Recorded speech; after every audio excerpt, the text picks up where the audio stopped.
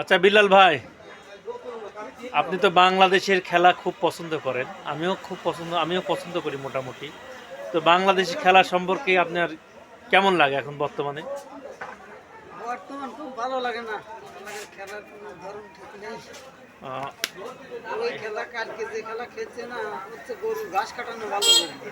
আহ, অনেক থাকে যে জার্সি মার্সি ছিঁড়ে ফেলা দেয়।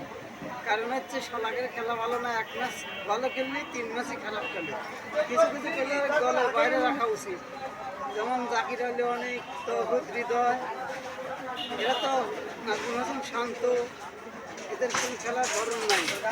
এদের সরকারের বেতন অর্ধেক দেওয়া উচিত, কারণ এরা এক ম্যাচ খেললে আর খেলে 3 ম্যাচই খারাপ খেলে।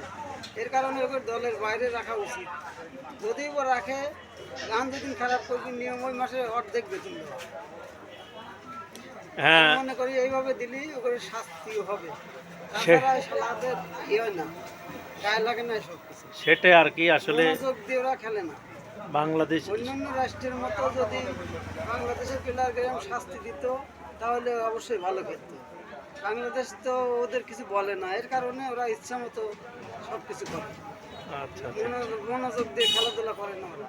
হ্যাঁ দর্শক, বাংলাদেশে এসে, আমাদের দেশে এসে ওয়েস্ট ইন্ডিজ আমাদেরই হারা যায়, পিট পিট 2টি ম্যাচ সিরিজ T20 জিতে নিল ওরা। তাহলে আমাদের খেলা দেখাতে না, খেলা দেওয়াই ভালো।